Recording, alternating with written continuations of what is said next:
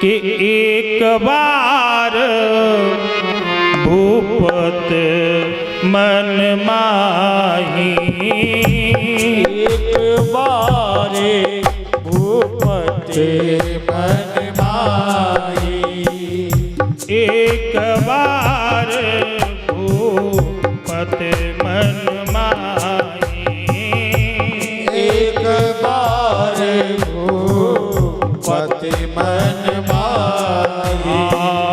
भई गिलान मोरे सुतनाई, भई गिलान मेरे सुतनाई।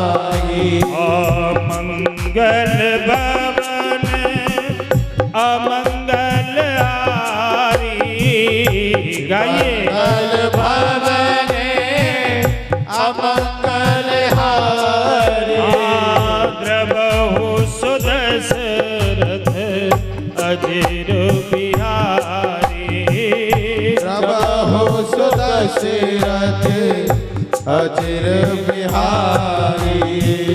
गुरु गृह तुरत गए महिपाला, गुरु ग्रह तुरत गए महिपाला, चरण लागे कर विनय विशाला, चरण लागे करे विनय विशाला।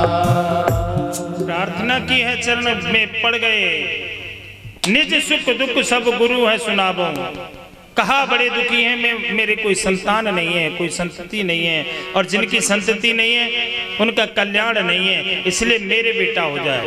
निज सुख दुख सब सारा सुखनाया, सुख तो खूब है, सारी संपदा है, कोई कमी नहीं वैभव की, लेकिन ये राजपाट महल धन दौलत बिना संतान के शून्य है। आज ध्यान हुआ है कि अगर घर में बेटा ना हो, बेटा या बेटी कोई भी ना हो तो वो सूना है। आज बड़ा दुखी है, मेरे कोई संतान हो जाए, रोने लगे चरण पकड़ के, चरण पकड़ रखे और रो रहे हैं और चरणों को छोड़ ही नहीं रहे हैं। तब गुरुजी को दया आई, जब गरम गरम आंसू गिरे तो संत का हृदय पिघला और पिघल करके बोले राजन कि हो राम सिया राम, जय जय राम सिया राम, बोलो राम सिया राम, सिया राम, सिया राम, बोलो राम सिया राम, बोलो राम सिया राम, बोलो राम सिया राम, ओ राम सिया राम। धरहु धीर हो सुत चारी, त्रिभुवन विदे सकल भयहारी, राम सिया राम, सिया राम जय जय राम, राम सिया राम, सिया राम जय जय राम। श्रृंगी ऋषि वशिष्ठ बुलावा,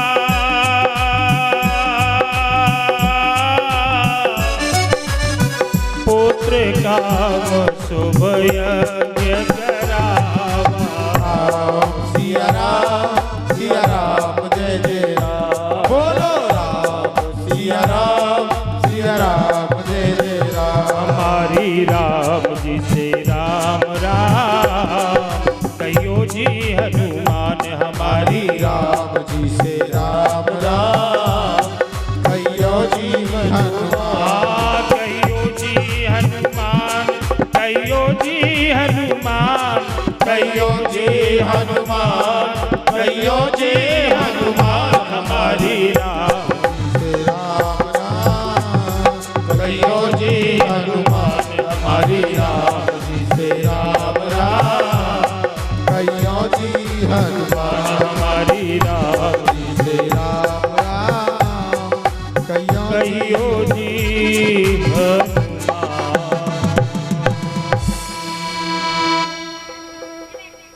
उन्होंने श्रृंगी ऋषि को बुलाया और श्रृंगी ऋषि इतने ब्रह्मचारी थे, नैष्ठिक ब्रह्मचारी। इतना था इनके पिता चाहते थे कि मेरे बेटे को ये भान स्त्री पुरुष का भान ना रहे, इतने योग्य, इतने ऐसा मेरा ब्रह्मचारी बेटा बने। लेकिन समय को ये पसंद था, ये मंजूर नहीं था। इनको एक दिन क्या हुआ, इनका जो विवाह है एक राम जी की बहन बताई जाती है जिसका नाम है शांता। सुमित्रा की बेटी बताते हैं कोई, सुमित्रा की बेटी एक शांता थी और शांता का विवाह इस श्रृंगी ऋषि के साथ किया गया। इनको ही बुलाया गया है यज्ञ करने के लिए। पुत्रष्टि यज्ञ हुआ। पुत्रष्टि यज्ञ में अग्निदेव प्रकट हो गए चरु लेकर,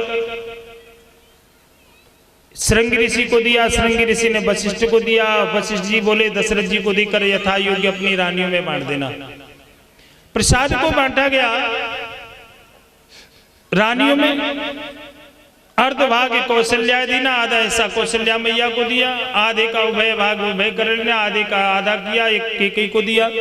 जो उभय भाग था उससे आधा किया, एक कौशल्या को और केकई को दिया। केकई और कौशल्या को प्रसाद मिल गया है। केकई और कौशल्या कहने लगी अरे बहन, हमारी छोटी बहन है सुमित्रा, प्रसाद उसको भी दे दिया जाए, उसके भी कोई बालक नहीं है, हमें तो प्रसाद पति ने दे दिया, उनको भी प्रसाद दे दो। सुमित्रा को एक हिस्सा जो अभी अभी दिया है वो केकई ने दिया, एक हिस्सा जो सुमित्रा को अभी अभी मिला है वो सुमित्रा को दिया कौशल्या ने। दो हिस्सा होने के कारण सुमित्रा के पास दो बेटे हुए, एक का नाम शत्रुघ्न, दूसरे का नाम लक्ष्मण। बाकी कौशल्या ने एक हिस्सा खाया तो राम हुए और केकई ने एक हिस्सा खाया तो एक ही बेटा हुआ भरत। ये हिस्सा बता, लेकिन रामचरितमानस में 3 हिस्सा बांटे गए हैं रामचरितमानस के अनुसार। तो एक कौशल्या को दिया गया है, एक केकई को और एक सुमित्रा को। केकई के 2 बेटे बताए हैं, केकई के 2 बेटे बताए हैं, एक भरत एक शत्रुघ्न। राम जी अकेले और सुमित्रा के लक्ष्मण जी अकेले। मेरे भाई बहन, थोड़ा सा अंतर है, कल्प भेद के कारण भी अंतर हो जाता है। कई बार ऐसा मत करना कि वो व्यास जी तो इस तरह से सुना रहे थे, वो व्यास जी इस तरह सुना रहे थे। कल्प भेद में थोड़ी लीला में अंतर आ जाता है। 28 बार इस युग में, कल्प में भगवान राम का अवतार हो चुका है, 28 बार कृष्ण का अवतार हो चुका है, 27 बार कली का अवतार हो चुका है, 28वां बार अब होगा। तो ये मत सोचना कि ये पंडित जी तो ऐसा सुना रहे हैं और वो तो ऐसा सुना रहे हैं। कल्प भेद हो सकता है, किस कल्प की कथा वो सुना रहा है। तो कौशल्या मैया के एक हिस्सा दिया था केकई को, केकई को बाद में दिया इसलिए नाराज हो गई थी, मुझे बाद में क्यों दिया और ये कौशल्या को पहले क्यों दिया। जब लड़ाई झगड़ा होता है तो बड़ी ताकतवर थी, मर्दानी थी केकई। महाराज रथ चलाने में तो इतनी प्रबल थी कि अच्छे अच्छे चकमा दे देती महारथियों को, योद्धाओं को। जब लड़ाई होती थी ना, राजा दशरथ इसी को लेकर जाते और विजय को प्राप्त करते। तब उसे गुस्सा आ गया कि जब लड़ाई झगड़ो है वे मरवे कटवे की बात आवे तो केकई जी केकई जी केकई जी, और खाए पीवे की बात आवे का जब कौशल्या जी या राजा की बात ठीक ना है, मरवे कटवे को में और खाए पीवे को है जायज।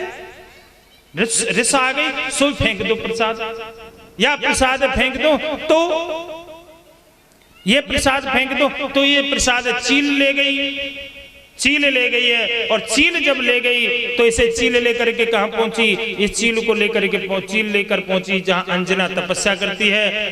और खीर का दाना चील के मुंह से गिरा और गिर करके अंजना के मुंह में पहुंचा, और इसी खीर से श्री हनुमान जी का जन्म हुआ है, इसी प्रसाद से। ये कथा में जो आपको सुना रहा हूं ना, विश्राम सागर की कथा सुना रहा हूं। कोई ये कहे कि कहां से सुना रहे हैं, और आनंद रामायण में भी है, रामायण में और अन्य शास्त्रों में ये कथा मिल जाएगी आपको। मेरे घर की इतनी भी नहीं है, जो मैंने पढ़ी है सो मैं आपको बता रहा हूं। हनुमान जी का जन्म हुआ। केकई को जब कुछ नहीं मिला, कौशल्या और सुमित्रा आ गई केकई के पास, बड़ा प्यार करती थी प्रसाद खाने, तो केकई रोने लगी। कौशल्या बोली रो काई को रही है, छोटी बहन ते बेटा बहन तू थोड़ा सा प्रसाद केकई को दे दे, मैं तुझे थोड़ा केकई को दे देती हूँ। 2 हिस्सा कौशल्या का, सुमित्रा का हिस्सा आ गए 2 केकई के पास। इसलिए इसी प्रसाद के प्रभाव से केकई के 2 बेटे बताए आनंद रामायण के अनुसार। एक तो बताया वो भरत और दूसरा बताया शत्रुघ्न, ये भी बताया। तो मेरे भाई बहन, ये बालकों का जन्म हुआ है। अच्छा, एक कथा आपको और सुना देता हूँ जो ये कथा में नहीं है। भगवान जी का जन्म हुआ है, भगवान जी बड़े हुए, नामकरण हुआ, नामकरण होकर के वन में गए, अनेक दुष्टों का संहार करके सीता जी का विवाह इन्होंने किया है अपने से। सीता जी को लेकर भगवान आ गए, अयोध्या में रहते हैं। अयोध्या के बाद में भगवान 14 वर्ष के लिए वनवास गए, इसलिए समय अभाव है, क्षमा करें। रामचरितमानस कभी और फिर सुनाऊंगा, लेकिन 2 मिनट कुछ जिज्ञासा ऐसी आ रही है कि मैं तुम्हें दूसरी कथा सुना रहा हूं, राम से ही जुड़ी। एक दिन देखिए नक्षत्र कितने होते हैं, रोहिणी नक्षत्र 27 नक्षत्र होते हैं, एक अभिजित नक्षत्र हो रहा है, अब कुल मिला के 28 नक्षत्र है मेरे भाई बहन। शनि की चाल बड़ी प्रबल है। शनि सारी राशियों में भ्रमण करता है और 7.5 वर्ष रहता है मेरे भाई बहन। शनि 7.5 वर्ष रहता है और शनि बर्बाद कर दे जा राशि पे आ जावे। 7.5 साल को जब आवे, 7.5 ही लगे तो शनि बिल्कुल बर्बाद कर दिए। अच्छा, रोहिणी नक्षत्र में अगर इसका भेदन करके, रोहिणी नक्षत्र की जो राशि बनती है और उस राशि को पार करके जब दूसरी राशि में, यानी भेदन करता है रोहिणी नक्षत्र का जब शनि, तब उस समय 12 वर्ष के लिए अकाल पड़ता है। कहीं भी अन्न नहीं होता और कहीं भी चारा नहीं होता, ऊसर जमीन हो जाती है, अन्न जल का बड़ा अभाव हो जाता है। थोड़ा शांति का दान दें। अकाल पड़ता है उस समय, प्रजा भूखी मर जाती है। और रोहिणी नक्षत्र का भेदन करने वाले हैं शनि। शनि रोहिणी वेद। अब दशरथ जी को लगा और उसका सारा दोष राजाओं पे जाता है। जहां का जो राजा होता है उसका दोष राजा पे जाता है। इसलिए दशरथ जी बोले कि मैं शनि को इसका भेदन नहीं करने दूंगा, शनि का मैं भेदन नहीं करने दूंगा। आज राजा जी वीर थे, क्षत्रिय थे, और राजा ने रथ को सजाया और रथ को सजा करके शनि के लोग को चले गए। शनि कहाँ है? तारामंडल में रहता है, 9 ग्रह है शनि। शनि तारामंडल में चला गया। वो दशरथ जी तारामंडल में गए और जैसे कहा है शनि, है शनि, किधर जैसे दहाड़ लगाई। बता दूं मैं शनि की मूर्ति कैसी होनी चाहिए, जरा ध्यान दे, इसलिए मैं कथा को कह रहा हूं उसको। शनि की मूर्ति, शनि महाराज के बहुत बड़े बड़े पलक हैं, आंख खुली नहीं है शनि की, उनके बहुत बड़े बड़े पलक हैं, आंखें हमेशा ढकी रहती हैं। जिनको वो दृष्टि मार के देख लें, शनि बर्बाद कर दें, लंका फूंक दे, शनि दृष्टि से देख लें। अब जितनी मूर्ति आ रही, मूर्ख लोग उनकी मूर्ति बना रहे हैं, आंखें खुली खुली बड़ी बड़ी, बहुत से तो ला के आंखें लगा देते हैं और फिर तेल चढ़ा में सामने बैठ के, जिनकी दृष्टि तुम पर पड़ेगी भस्म कर देंगे। ऐसे ही शनि को जब मारा, दहाड़ दी दशरथ जी ने, ऐ शनि रुक, कहां है तू, मेरे से युद्ध कर। उसने देखा रे कौन आ गया मेरे से युद्ध करने के लिए, तू शनि का भेदन करने, यानी रोहिणी का भेदन करने जा रहा है, अकाल पड़ेगा, पहले तुझे मुझसे युद्ध करना पड़ेगा। और ऐसे करके उसने कहा ये कौन है, आंखें बंद करके बड़े बड़े पलके, थोड़ा सा देखा, अभी दशरथ जी नहीं दिख रहे हैं। जैसे ही घोड़ों और रथ पर दृष्टि उसकी पड़ी शनि की, जैसे ही घोड़े और रथ पे शनि की दृष्टि पड़ी, महाराज दृष्टि मात्र से भी घोड़े भी भस्म हो गए और रथ भी भस्म हो गया। अब रथ भी भस्म हो गया, बताइए अब शनि पे पड़ जाती दृष्टि। अब तुम वहां बैठ के या शनि के मंदिर में जा रहे हो, भेड़ चाल चलाए, बड़ो तेल चढ़ा रहे हैं लोग। हनुमान जी के मंदिर में अंधेरो परो, शनि के ओम महाराज इतनो दीपक जल रो, जितनो जराओगे ना उतनी परेशानी रहेगी, जरा लो जितना भी जराओ, जितना शनि को तेल। कैसी मूर्ति होनी चाहिए पूजा करने वाली, जिसकी आंखें ही ना खुली हो, पलक से ढकी होनी चाहिए। पलक से अगर पलक आंखें खुली हैं तो आपको बर्बाद कर देगी। तो इन्हें जैसे दृष्टि पड़ी और राजा ऊपर से गिरे। ऊपर से ही अब जो रथी नहीं है और घोड़ा भी नहीं है, वो तो भस्म हो गए थे। अब ऊपर से ही राजा आ रहा है धक्का गिरते हुए। ऊपर से राजा आ रहा है और ऊपर से जब राजा आ रहा है, राजा ने वहां जटायु था। जटायु ये कश्यप का बेटा है। जटायु ये भी जटायु जी थे। जटायु ने देखा रे धर्मात्मा राजा आ रहा है, ऊपर से आ रहा है, गिर जाएगा, मर जाएगा। और जटायु ने जाकर के पीछे ऐसे करके पंख फैला दिया। ऐसे पंख फैलाए और ऊपर से राजा दशरथ आ रहा है। ऊपर से राजा दशरथ आ रहा है। उन्होंने अपनी पीठ पर ले लिया दशरथ को जब पीठ पर ले लिया, अब पृथ्वी पे लाए। पृथ्वी पे आकर के उनको जैसे तैसे होश आया। होश में आकर के शनि के प्रभाव को जब जाने कितना तगड़ा शनि होता है। अगर वो तो नेक ही पलक ये मेरे घोड़ई और रथी देखो में और मुंह पे दृष्टि पड़ जाती तो आज तो शनि महाराज मेरो तो गोविंदा न बोलो मैं कर देते, मेरी तो राखव न आवती, ऊपर ते उड़ जाती। हाँ, हमें तो बर्बाद है। अब क्या करें, शनि देव तो मुझे और नाराज हो जाएंगे। उन्होंने शनि स्तोत्र बनाया, शनि की स्तुति की दशरथ जी ने। और जो लोग शनि की स्तुति की तो शनि इस स्तुति से प्रसन्न हो गए। शनि प्रसन्न हो गए, बोले कि भाई दशरथ जी मैं तुम्हारी इस स्तोत्र से बड़ा प्रसन्न हूं, बोलो क्या चाहते हो। उन्होंने कही मैं तो यूं चाहूं कि तुम रोहिणी को भेदन मत करो, कबू अकाल पड़ेगा, रोहिणी को भेदन मत करो। उनने कही चलो ठीक है, मैं वचन देता हूं मैं कभी भी रोहिणी का भेदन नहीं करूंगा। वो भेदन करूंगा तो लेकिन कोई प्रभाव नहीं पड़ेगा मेरा। और मुझे तुम्हारी स्थिति बड़ी प्रसन्न है। और जिन्हें मैंने जो स्थिति की है, इस स्थिति को कोई बोले और तुम्हारी स्थिति तुम्हारे सामने कोई बोले, वह 7.5 ही ना लगे, तुम्हारी कुदृष्टि को प्रभाव ना पड़े, वहां पे तुम प्रसन्न रह जाओ। उन्होंने कहा जो कोई तुम्हारी स्थिति को मुझे बोलेगा, शनि जी दशरथ जी की स्थिति है वेद में, ये शास्त्र में, इसको जो बोलता है उसे 7.5 ही नहीं लगती, शनि का प्रभाव नहीं पड़ता। इसलिए शनि को प्रसन्न कर दिया। ये तेल क्यों चढ़ाया जा रहा है? ये अहंकार है को हनुमान जी ते भिड़ेगो शनि, हनुमान जी ते भिड़ेगो शनि। और भाई हनुमान जी तो हनुमान जी हैं। हनुमान जी बोले जय श्री राम, जैसे कहीं ना तो ऐसे मुष्टक मारे, ऐसे मुष्टक मारे कि शनि को सारो शरीर लहू लुहान, ऐसे जगह कहीं न रही जहां हनुमान जी ने चीरो ना हो। शनि चीर के फेंक दो, शनि चीर के फेंक दो। अब कछु ना है, अब रो है, अब खून निकल रहे हैं, वहां के पीप निकल रही है और करहा रो है। हनुमान जी कैसे करे, मेरे घाव ठीक कर दो, मैं तो बड़ा परेशान हूं। और मैं वचन दे रहा हूं, मैं वचन दे रहा हूं जो तुम्हारा भक्त होगा मैं वहां पे कबू ना आऊंगा।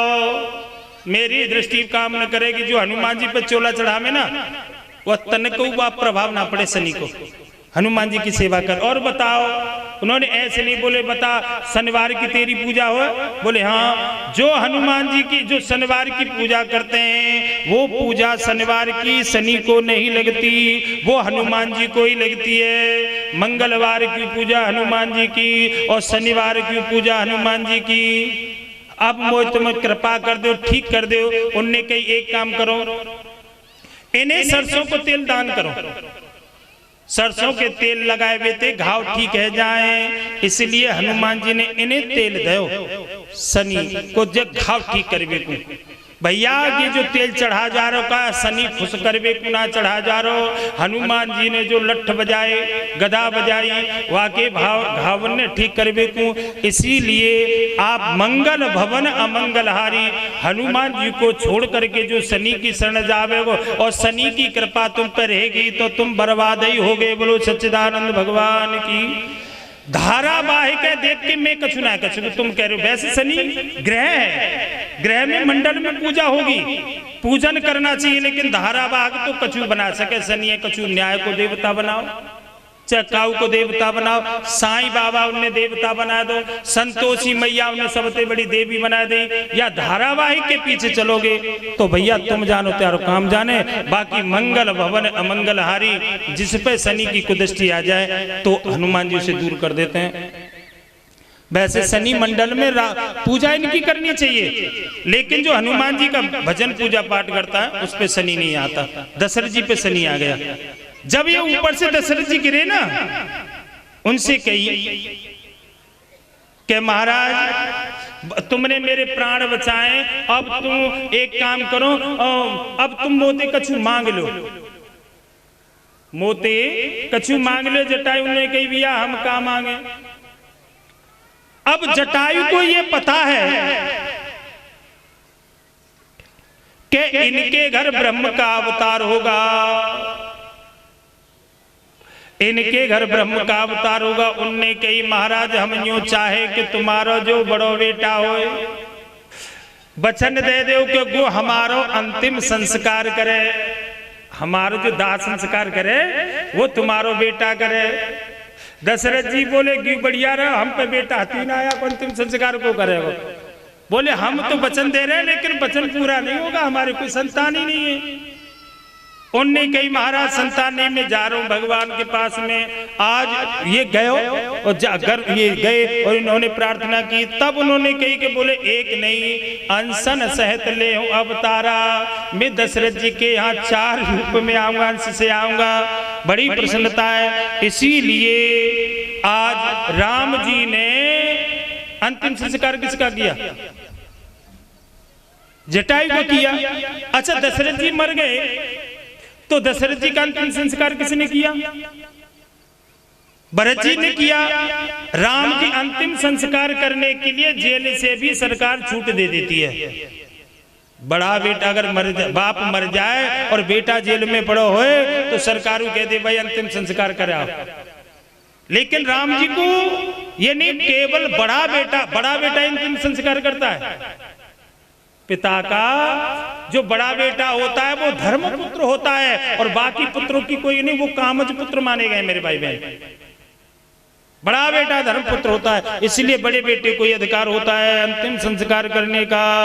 पुत्र तो पहले ही दान कर चुके जटायु को, तो बड़ा बेटा दशरथ जी का तो भरत जी हुए, इसलिए भरत जी ने ही अंतिम संस्कार किया। बोलो सच्चिदानंद भगवान की।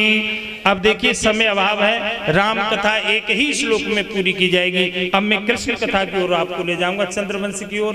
बोलो सच्चिदानंद भगवान की। आदो राम तपोवनादि गमनम हत्वा मृगा कंचनम वैदेही हरणम जटायु मरणम सुग्रीव संभाषणम बाली निग्रम समुद्र तरणम लंकापुरी दाहिनम पश्चाद रावण कुंभकर्ण हरणम एतादि रामायणम। बोले राजा रामचंद्र भगवान की। समय अभाव था इसलिए मैं रामचरितमानस आपको नहीं सुना सका, इसीलिए अब मैं आपको चंद्रवंश की कथा सुनाऊंगा। ध्यान पूर्वक श्रवण करो। 2 ही ठाकुर हैं, 2 वंश के ठाकुर, उत्तम है और एक वंश चंद्रवंश है। तोमर जो ठाकुर है ना ये चंद्रवंशी हैं, जादव ठाकुर, तोमर ठाकुर, और जितने भी ये ना ये सिसोदिया और ये राघव, ये सूर्यवंशी, सारी सिसोदिया की पता नहीं, हाँ वो राघव सूर्यवंश के जो ना ये सूर्यवंश के हैं। और ये चौहान ठाकुर कौन से वंश के हैं? हाँ कौन सा वंश तुम्हारा? मुरारी हसरो मोमाव देख के जब तो यार यूं ना पता हम कौन से ठाकुर हो, काय को ठाकुर हो। वो तो ना है जैसे रामलीला में के का भैया कौन से ब्राह्मण हो? बोले नहना ब्राह्मण। बोले गोत्र कौन सो? बोले उस तरह नाव बने जाए रामलीला में। नकली ब्राह्मण बोले कौन सो ब्राह्मण हो भैया? बोले नहना ब्राह्मण है। नैना नकुल काटे वार गोत्र का है फिर तुम्हारा? बोले उस तरह गोत्र है। जब तुम ऐसे कहूं जाके कहा के बताओ, तुम ना तो सूर्यवंशी हो और ना चंद्रवंशी हो। बता दें तुम कौन से वंशी हो? तुम अग्निवंशी हो। अग्निवंशी भी बड़ा पवित्र वंश है। अग्निवंशी में चौहान, सोलंकी, पमार और परिहार, ये चार जो ठाकुर हैं ये अग्निवंशी ठाकुर हैं। अच्छा, ये जो अग्निवंशी जो ठाकुर हुए हैं ना, आपकी बड़ी जरूरत पड़ी, आपकी बड़ी जरूरत पड़ी, इसलिए जरूरत पड़ी कि एक ये जो चंद्रवंशी ठाकुर हैं और ये सूर्यवंशी ठाकुर हैं, एक समय ऐसा आया कि सब लोग जो है ना वो राम से विमुख हो गए, राम से विमुख हो गए। कोई राम का नाम नहीं लेता है, और कोई आके मार जाए चिनकटो तो चुप सहरा के बैठ जाए, बिल्कुल सीधे साधे, अहिंसा परमो धर्मा, काऊ को बोलिए ना उठा में, न राम को नाम ले न कृष्ण को नाम ले, पतों ने अलग ही हो गए सब। तब इन महात्माओं को लगी कि भाई ऐसा कोई होना चाहिए जो धर्म की ध्वजा फैलाए, धर्म की ध्वजा फैलाए, यज्ञ करे, पूजा करे, पाठ करे। अब ये तो दोनों राजा, एक सूर्यवंशी चंद्रवंशी ऐसे है गए, अहिंसा परमो धर्मा, ये तो अहिंसा किसी को दुख देते ही नहीं, ये तो सात्विकी वृत्ति कह गए। और राजा को तो चार नीति होनी चाहिए, साम दाम दंड भेद, और ये बिल्कुल सात्विकी बन गए। तब उन्होंने ये चार क्षत्रियों को पैदा किया धर्म की रक्षा के लिए। फिर शंकराचार्य हुए, हमारे शंकराचार्य ने सब जगह रामकृष्ण का महिमा गाई, तब जाकर के हमारा ये धर्म दोबारा से जागृत हुआ है। तब यज्ञ करने के लिए यज्ञ से पैदा किए गए, तब ये चौहान, सोलंकी, पमार और परिहार। बोलो सच्चिदानंद भगवान की। तो अब में जो पावन वंश है, उत्तम वंश है चंद्रवंश, उसकी कथा सुनाने के लिए जा रहा हूं। सूर्यवंश भी पावन है तो चंद्रवंश भी अपने में कम नहीं है, पावन है, अति उत्तम पावन है। यथाम सूर्यतम राजन सोमवंशो न पावन, यास्मने लादयो भूपा कीर्तयति पुण्य कीर्तया। बड़ा पुण्यवान वंश है चंद्रवंश, जिनकी कीर्ति बड़ी है और ऐसी पुण्य की कीर्ति है कि इनकी कीर्ति का गान शास्त्र करते हैं। हे राजन, इनके चंद्रवंश में पुर्रवा आदि बड़े प्रतापी राजा हुए हैं। पुर्रवा इनके वंश में ऐल हुए, ऐल के पुर्रवा भये, ये बुद्ध से इनकी उत्पत्ति है। वैसे बृहस्पति की पत्नी तारा, बुद्ध से ऐल, ऐल से पुर्रवा, और पुर्रवा आदि बड़े प्रतापी राजा हुए। ये कथा सुनाई, पुर्रवा बड़े प्रतापी राजा। फिर सृष्टि का वर्णन बताया, सृष्टि कैसे कैसे भाई, ना भगवान नारायण की नाभि से कमल, कमल पर फिर ब्रह्मा जी, ये सारी सृष्टि का वर्णन बताया।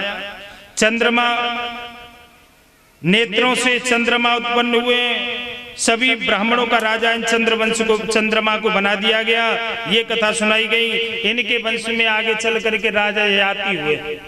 राजा याति कहीं जा रहे थे, रास्ते में एक कुएं में एक युवती पड़ी थी, रो रही थी, मुझे बचाओ, मुझे बचाओ, मुझे बचाओ। ये शुक्राचार्य की बेटी थी देवयानी, ये कुएं में पड़ी थी और कुएं में पड़ी, मुझे बचाओ, मुझे बचाओ। ये राजा थे भाई, राजा थे, इनका रक्षा करना इनका धर्म है। इन्होंने जाके कुएं में देखा तो उसमें एक कन्या पड़ी है, देवी पड़ी है। राजा ने उसे बचाने के लिए, और तो कोई साधन था नहीं, और राजा ने अपना हाथ आगे बढ़ाया, ऐसे करके हाथ बढ़ाया, कन्या ने हाथ ऊपर बढ़ाया और कन्या को हाथ पकड़ करके राजा याति ने बाहर खींच लिया। राजा याति ने हाथ पकड़ खींच लिया। तब उसने कहा, महाराज आप जानते हैं किसी का हाथ पकड़ना, हाथ पकड़ने का मतलब जानते हैं? पाणी ग्रहण संस्कार। जब भामर पड़े ना तो बाप अपनी बेटी का हाथ बर के हाथ में दे देता है। रात को भामर जब पड़े, दिन में या रात में, तो भामर में बरना के हाथ में बरनी को हाथ दे देते हैं। हाथ पकड़ा में ना, मिला में ना हाथ। तो पाणी ग्रहण किसे कहते हैं? पाणी माने हाथ, ग्रहण माने ग्रहण करना, पाणी ग्रहण उसे कहते हैं। तो तुमने मेरा पाणी ग्रहण किया है, मेरा हाथ पकड़ा है, इसलिए अब तुम मेरे पति हुए। उन्होंने कहा, अरे देवी, ये आप क्या कह रहे हैं? ये तो अधर्म हो जाएगा। आप तो ब्राह्मण की बेटी हैं और मैं क्षत्रिय हूं, मेरा और तुम्हारा पाणी ग्रहण संस्कार कैसे होगा? ये नहीं हो सकता। उन्होंने कहा, महाराज मैं सब जानती हूँ, फिर भी मेरा ब्राह्मणों में तो शादी होगी नहीं, मुझे श्राप है कच्छ का, बृहस्पति के बेटे कच्छ का मुझे श्राप है कि ब्राह्मण के जाति में तो तेरा विवाह होगा ही नहीं। ब्राह्मण इन्हें श्राप दे दिया था। ये कच्छ से शादी करना चाह रही थी। कच्छ ने कहा तू मेरी गुरुपुत्री है और गुरुपुत्री के साथ मैं विवाह नहीं कर सकता। इसने कहा तो अगर तू मेरे संग शादी नहीं करेगा तो मेरे पिता से जो शिक्षा सीख रहे हो तुम संजीवनी विद्या, ये तुम्हें कभी सफल नहीं होगी, कामयाबी नहीं होगी। और जितनी भी तुमने सीखी है ये सब कामयाबी नहीं होगी। तो कच्छ को बड़ा क्रोध आया। मैंने इतनी कठिन तपस्या करके मैंने विद्या प्राप्त करी और मेरी विद्या निष्फल कर दी, तो उनको क्रोध आ गया। उन्होंने कहा मैं श्राप देता हूं, तू मेरे से शादी करने की जिद कर रही है। सुन, मैं क्या ब्राह्मण का जाया, ब्राह्मण जाति का कोई भी व्यक्ति तेरे से शादी नहीं करेगा। अब मेरी तो ब्राह्मणों में शादी हो ही नहीं सकती। आपका भी उत्तम कुल है, जब ब्राह्मण नहीं शादी करा, आपका उत्तम कुल है। मैं आपने मेरा हाथ पकड़ लिया है। अब ये जो हाथ पकड़ा, ये सारा वृतांत बताया। राजा बृहस्पति की एक राजा है, उसी राज्य का उसकी सहेली, उसकी बेटी ने शर्मिष्ठा ने इनको धकेल दिया था। इन कपड़े पहनने के कारण किसी कारण से लड़ाई हो गई, इसको कुएं में धकेल दिया इसको। इसने पूरा वृतांत बताया। तब ये दासी के रूप में गई, क्योंकि शुक्राचार्य नाराज है कि तेरी छोरी ने मेरी छोरी कुआं में धकेली और मैं तेरे राज्य छोड़ के जा रहा हूं। जब कही कि गुरुजी अगर मेरे राज्य से चले गई तो राजा तो कुछ नहीं कर पाएगा बिना ब्राह्मण के। ब्राह्मण जिस राज्य से चले जाएं, गुरु जिस जहां से चले जाएं, तो ये क्या कर पाएगा राजा। इसीलिए महाराज आप जाओ मत, आप मेरे यहाँ रहो, जो को कहोगे सो करूंगा। उन्होंने कहा तो अपनी बेटी को तू मेरी बेटी के संग दासी के रूप में भेज। दासी के रूप में भेज दिया। राजा से कहा याति से सुनो, अगर तुमने देखो ये राजा की कन्या है और ये ब्राह्मण की कन्या है। अच्छा, क्षत्रियों में कुछ तेज होता है, अलग छटा होती है क्षत्रिय की, कारा भूरा कैसा भी हो, लेकिन क्षत्रिय का तेज अलग होता है। ब्रह्म का ब्रह्मत्व जो तेज होता है। ये भी कन्या सुंदर है। कहूं ऐसा मत करियो, मेरी छोरी छोड़ के तुम या राज बृहस्पति की कन्या पत्नी के रूप में स्वीकार कर लो। अगर तुमने इसे स्वीकार कर लिया तो मैं श्राप दे रहा हूं, तुम वृद्धता को प्राप्त हो जाओगे, तुम बूढ़े हो जाओगे। उन्होंने कहा चलो ठीक है, नहीं करेंगे। समय आया और समय आने कर अब राजकुमारी रहती है राजा बृहस्पति की कन्या, और एक दिन राजा याति ने उसे दासी से हटा करके पत्नी ही स्वीकार कर लिया। जब पत्नी स्वीकार कर लिया राजन, इनसे बेटा हुए देवयानी से जो बेटा हुआ है, एक उसका नाम जदू है। जदू से जादव इत्यादि ठाकुर पैदा हुए। इसी से तुर्वसु हुआ है, जो तोमर इत्यादि ठाकुर यहीं से गोत्र चला, ऐसा विद्वान लोग बताते हैं। तुर्वसु से तोमर और दुहु, अनु और पुरु बता कुड़ीर वगैरह ये चंद्रवंश में आते हैं। ऐसा ये इनका वंश आगे बढ़ा है। ये कथा सुनाई और इसके बाद में आगे की कथा सुना रहे हैं। राजा विदर्भ के नाम की भोज्या नाम की पत्नी थे, उसे कृथ, रोमपाद आदि नाम के 3 बेटा भय। आगे चल करके इसी वंश में सत्रक भय, सत्रक के प्रसेन भय, प्रसेन के अनमित भय, अनमित के सत्यक भय, सत्यक के युधान भय, युधान और वृष्टा नाम के बेटा भय। भ्रष्टा के आगे चल करके एक तो योधान भय, दूसरे के भ्रष्टा के अक्रूर आदि 12 बेटा भय। जरा ध्यान से सुनियो, कौन कौन से वंश की कथा सुना रहा हूं मैं, बताइए सुना रहा हूं। विदर्भ राजा की भ्रष्टा के अक्रूर आदि 12 बेटा भय। अक्रूर के 12 भैयाए। आगे चल करके इसी के वंश में विदूरक भय, विदूरक के वंश में कुहक भय, कुहक के वंश में अंधक भय, अंधक के वंश में आगे चल करके बाहुक भय, बाहुक से देवक और उग्रसेन नाम के 2 बेटा भय, 2 बेटा भय। देवक के देवमान आदि 4 बेटा भय, 7 कन्या भय, जिनका विवाह वसुदेव के साथ में हुआ। उग्रसेन के कंस, सुनामा आदि 9 बेटा भय और कंसावती नाम की 5 कन्या भय, जो वसुदेव के छोटे भैया को ब्याही। वसुदेव आगरा के पास में बटेश्वर के रहने वाले थे, उनका गांव था आगरा के पास बटेश्वर। हे राजन, वसुदेव के वंश में हैद्रिक भय, हैद्रिक से देवमीट भय, देवमीट से सूर भय। सूर की मारसा नाम की पत्नी थे, वसुदेव आदि 10 बेटा पैदा भय। वसुदेव को जब जन्म भयो तो स्वर्ग के लंगाड़े अपने आप बजने लगे, धकाधक बज रहे। इसलिए इसका नाम पूछा भाई कि लंगाड़े स्वर्ग के ऐसे कैसे बज रहे हैं अपने आप। तब ज्ञात हुआ कि राजा सूर्य के बेटा भयो है, बेटा होने के कारण ये बजरैवा के प्रभाव थे, इसलिए इसका नाम आनंद धुंध भी पड़ा वसुदेव का। वसुदेव के जन्म के समय पर ये लंगाड़े बजने लगे थे। वसुदेव की 5 बहनी प्रथा, श्रुत देवी, श्रुत कीर्ति, श्रुत सभा और राजदेवी। सबसे बड़ी बहन प्रथा। राजा कुंत के कोई संतान न आई, सो राजा सूर्य ने अपनी बड़ी बेटी वसुदेव की बहन वो प्रथा राजा कुंत को दे दी, यानी कुंत ने गोद ले ली थी प्रथा। ये भगवान श्री कृष्ण की खास बुआई सबसे बड़ी कुंती, ये दे दी थी। ये कथा सुनाई। अब मैं आपको भगवान के वंश की कथा आपको आगे सुना रहा हूं, भगवान कैसे कैसे प्रकट हुए। तो भगवान श्री कृष्ण को तो आप जानते होंगे, जानते हैं कहां के थे कृष्ण भगवान? हाँ, कृष्ण भगवान कहां के थे? बताओ तो सही कुछ। हाँ, अरे पुंसो गांव में उनको तुम्हारे का कहां के? मथुरा। हाँ, मथुरा में तो नंसारी उनकी न है। गोकुल में जन्म और बालक का अपने नंसार में होना है का? नहीं, अरे बालक अपनी नंसार में जाए तो नंसार में जन्म है, अस्पताल में काऊ का जन्म है जाए तो गांव है जाए गोवा को। पैतृक गांव कहाँ था कृष्ण का? बता दूं, आगरा के पास में एक गांव है जिसका नाम है बटेश्वर।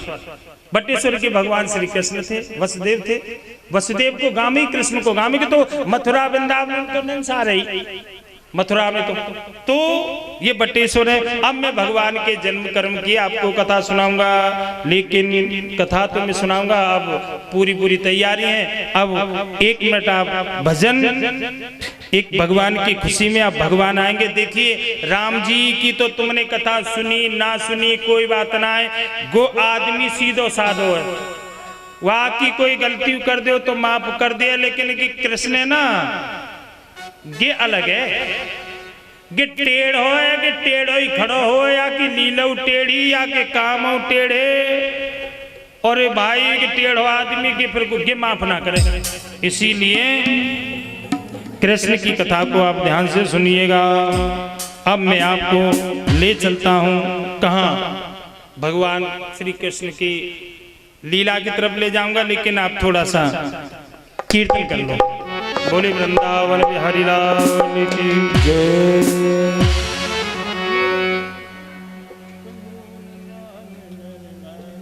को नाय कसूर याद तेरी आवे रे सावरिया, मेरे दिल नाय कसूर याद तेरी आवे रे सावरिया।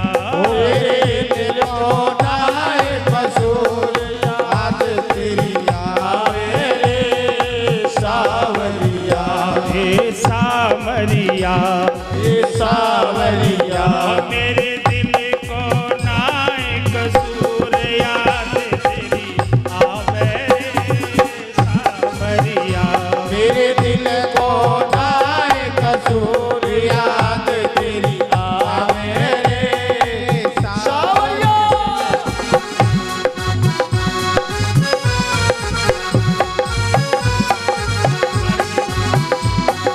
थोड़ा ताली बजा के, ऐसे नहीं तालियां नहीं आ रही हैं, हाथ ऊपर करके 1 मिनट सभी लोग हाथ करना। जय जय। मेरी रोए रोए अखिया लाल भई रे सावरिया, मेरी रोए रोए अखिया लाल भई रे सावरिया, मेरी रोए रोए अखिया लाल भई रे सावरिया, मेरी रोए रोए अखिया लाल भई रे सावरिया। चेहरे को उड़ गयो नूर याद तेरी आवे रे सावरिया, मेरे दिल को नाय कसूर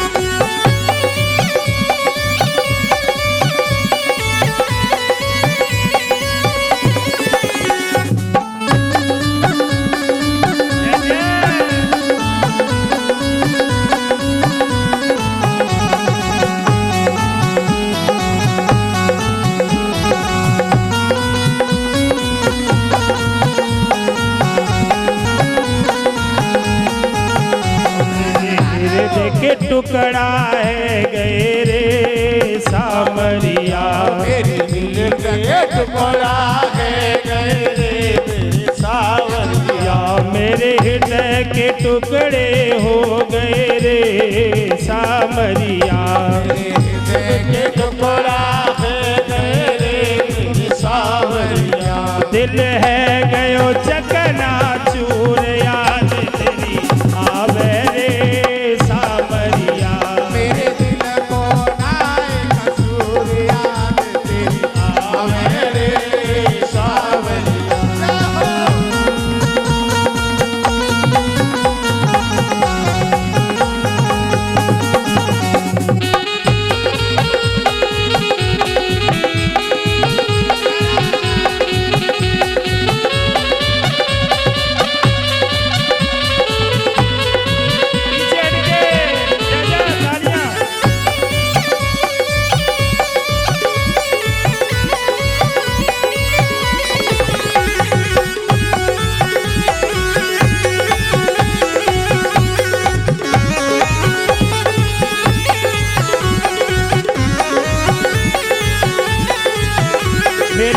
दिल को नाई कसूर याद तेरी आवे रे सामरिया। मेरे दिल को नाए कसूर याद तेरी आवे रे सावरिया। मेरे दिल को नाई कसूर याद तेरी आवे रे सामरिया। मेरे दिल को नाए कसूर याद तेरी आवे रे सावरिया।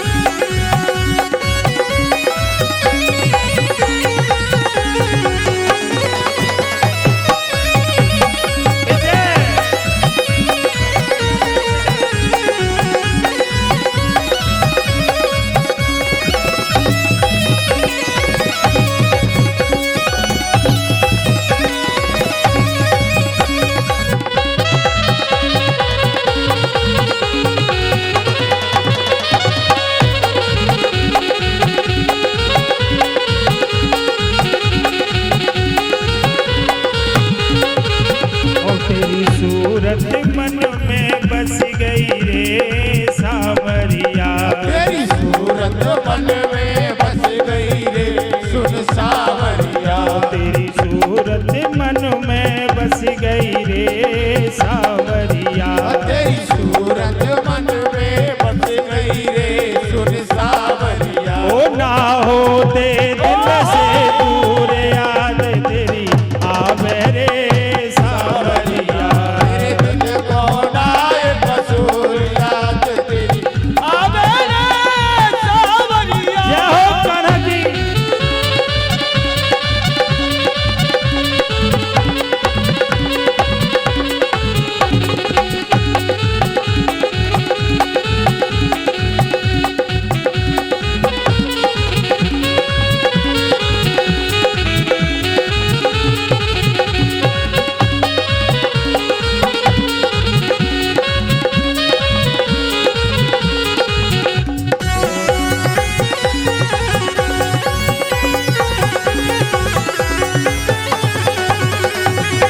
वृंदावन बिहारी लाल की जय हो महाराज, जय हो।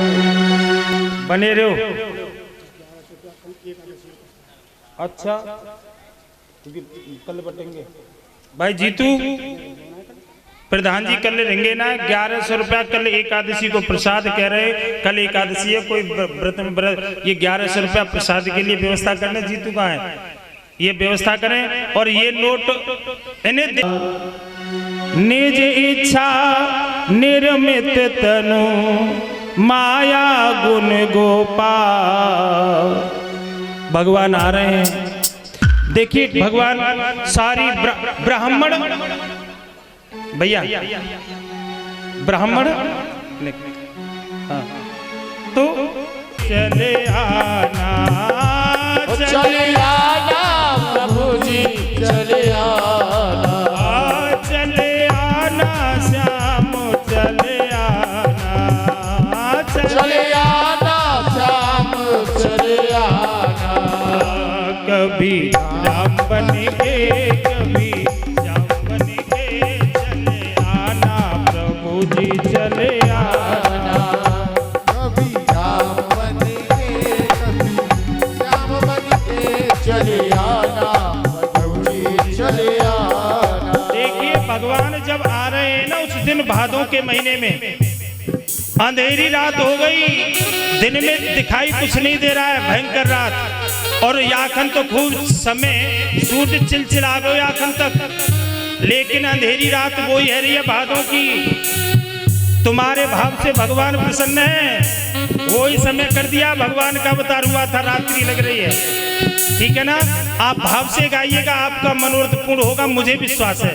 आपकी कथा पूरी है और भगवान को स्वीकार है, और आप जोर से गाइएगा, चले आना प्रभु जी चले आना कभी राम बन के कभी श्याम बन के चले आना प्रभु जी चले आना ओ कभी राम रूप में आना ओ कभी राम रूप में आना ओ कभी राम रूप में आना कभी राम रूप में आना सीता साथ लेके हाथ लेके चले आना प्रभु जी चले आना स्वागतम कृष्णा शरणागतम कृष्णा